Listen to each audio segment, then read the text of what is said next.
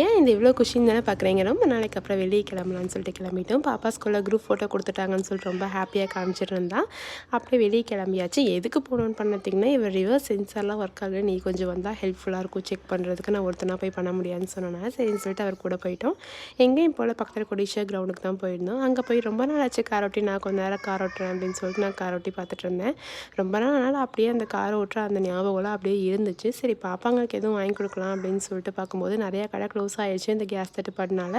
இந்த குழுமம் கதியம்ங்கிற கடை பார்க்கவும் நீட்டாக சின்னதாக இருந்துச்சு. சரின்னு சொல்லிட்டு அங்கே போனோம். பட்ஜெட் ஃப்ரெண்ட்லியாக இருக்கும்ன்ட்டு நான் வலிச்சு நக்கிற மாதிரி சூப்பராக தான் இருந்துச்சு. நல்லா காரசாரமாக இருந்துச்சு. இவங்களுக்குலாம் வாங்கி கொடுத்து கடைசியில் நாங்கள் தான் சாப்பிட்ற மாதிரி ஆயிடுச்சு. ஏன்னா பாப்பா காரமாக தான் பிடிக்காதுங்கிறதுனால அவ்வளோக்கா பாப்பா சாப்பிடல சரியா. சிக்கன் சுக்கா எல்லாமே வாங்கி சாப்பிட்டாச்சு. இது காலப்படி ரோட்டில் தான் இருக்குது. கண்டிப்பாக நீங்கள் போனால் ட்ரை பண்ணி பாருங்கள். அப்புறம் வீட்டுக்கு வந்ததுக்கப்புறம் இந்த ப்ரௌனி வாக்கிங் கூட்டிகிட்டு போயிட்டு அப்படியே வந்து ரெஸ்ட் எடுத்துட்டோம். இந்த மாதிரி லைவ் ஸ்டோரி பார்க்குறதுக்கு மறக்காமல் சப்ஸ்கிரைப் பண்ணி வச்சுக்கோங்க. பாய்.